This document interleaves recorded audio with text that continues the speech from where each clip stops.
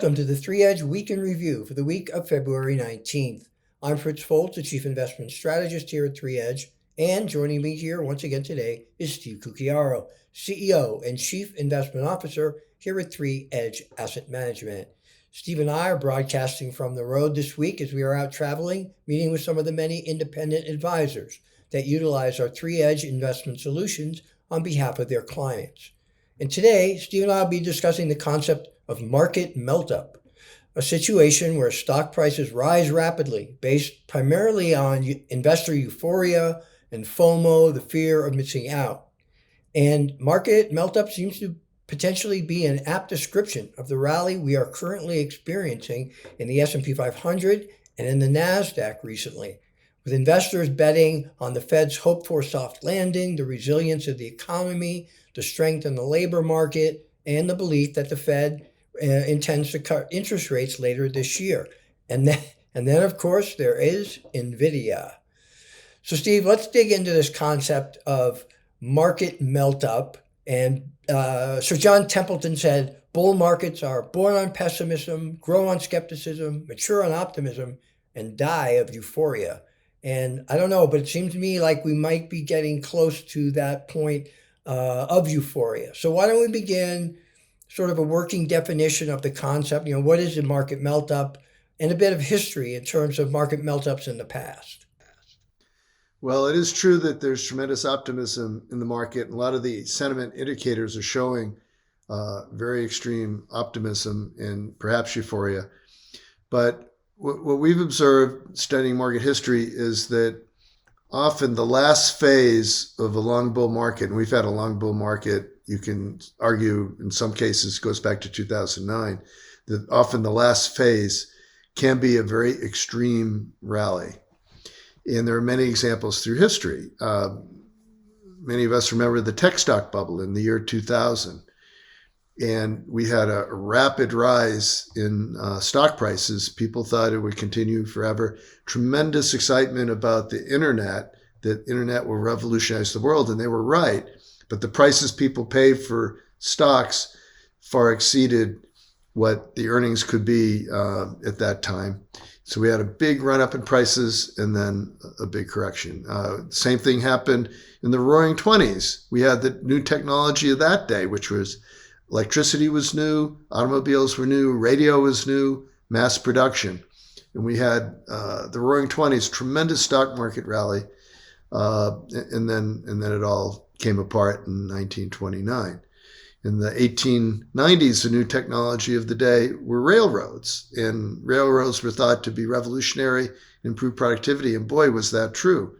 But people were so enthusiastic that they overbid for the stock prices, only to see them go up to astronomical levels and then crash. And then back in the 1720s, we had the famous South Sea bubble, where the South Sea Company was a company everyone wanted to invest in, and the whole market was going up with enthusiasm because this company was going to make new riches in the new world. And markets kept going up and up. And I remember the famous story about the physicist Sir Isaac Newton, who was a stock market investor, true story. And he invested in the market, made a tidy profit, took his profits when he thought the market was overvalued. The market kept going higher and higher, and his friends teased him that he's supposed to be so smart, but he wasn't keeping up with the market. And the pain got so great that he finally relented and put all his money back in the market at the very peak and lost his fortune. And a quote from him, to paraphrase, is, "I can calculate the motion of the heavenly bodies, but not the madness of people." So even Sir Isaac Newton got caught in a bubble. So we think that it's very important that because of the degree of overvaluation, there's a big red flag. It doesn't mean that the bubble is going to end tomorrow, but it does mean that there should be not so much complacency and some degree of caution. Excellent. All right. So let's just dig a little deeper into this rally and sort of discuss, well, how did we get here? And I don't, when this might end, who knows? But I'm very interested just to How do you arrive at the point where, the market does melt up? And particular in this case, if we are in a market melt up, how did this come to be? Well, first of all, I have to say that a lot of the excitement by investors is not purely psychological, but earnings have been very strong. And even just this week, we've seen evidence of very strong above expectation earnings.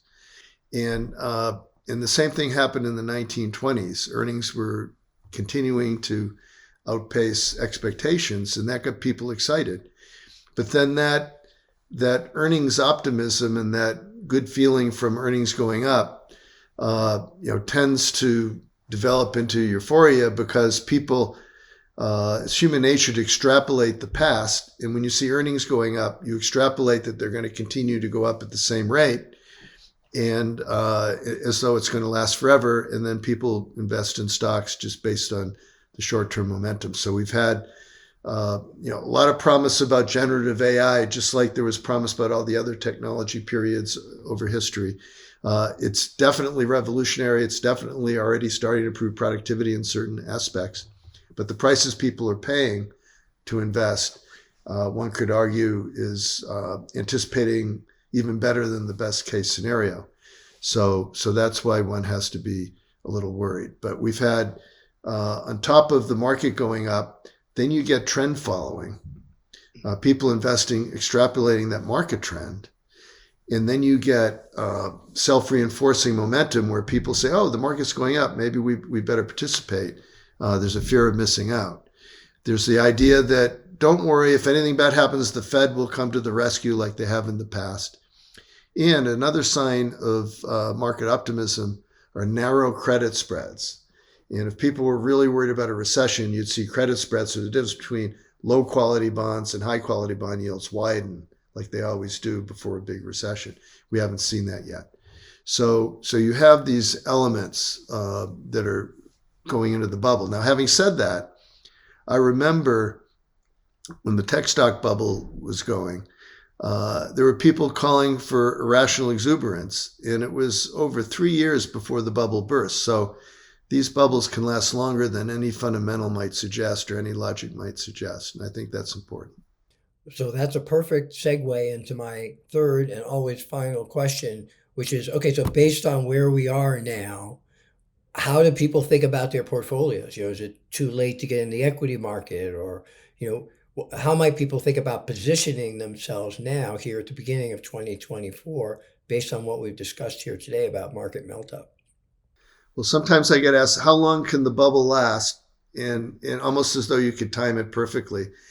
And looking at the bubbles of the past, there's no exact timing or duration of how long a bubble lasts. Basically, the bubbles can continue, overvalued markets can get more overvalued until there's some catalyst that changes the whole perspective. And so the fact that you're in a highly overvalued market like we are today doesn't mean that tomorrow there's going to be a big correction, or even next week or next month or even next quarter. This can continue until there's a big catalyst. Only when there's a catalyst and the market starts to head down will then people ask, well, now we need to know what the fair value is, because we know that the market can continue to correct until we get at least to fair value.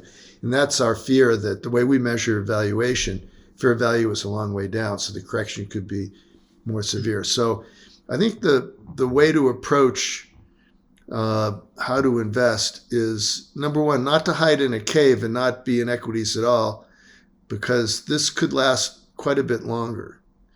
And there's no reason to be so defensive that you're not participating at all in what could be a prolonged upside. On the other hand, we also think it's equally important not to be complacent and not to just put all your money in the market thinking this is a normal market, where this is as overvalued as those periods I mentioned that led to the bubbles that burst and caused great pain. And so we think there's some balance between not being at your minimum equity allocation and not going all the way to your maximum equity allocation. I think that's very important.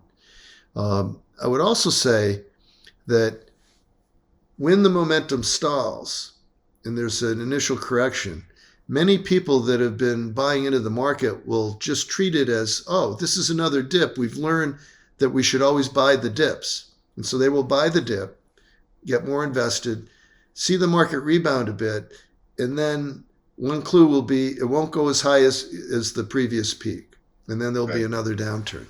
And then there'll be this hope that, well, that's the last downturn. And the data shows that often it's not so easy to get out of a market that's overvalued, that's starting to correct, because you want to believe it's going to continue. You don't want to get out prematurely. But data shows that most money leaves the market a lot closer to the bottom and not near the top. So that's why we think that it's prudent not to be fully invested, but to have a reserve and have diversification in your portfolio so you can withstand the downturn. And when people are forced to sell at the bottom and they're panic selling, the pain's too great, or because of leverage, they got margin calls, they're forced to sell, you have the resources to be able to buy at the bottom.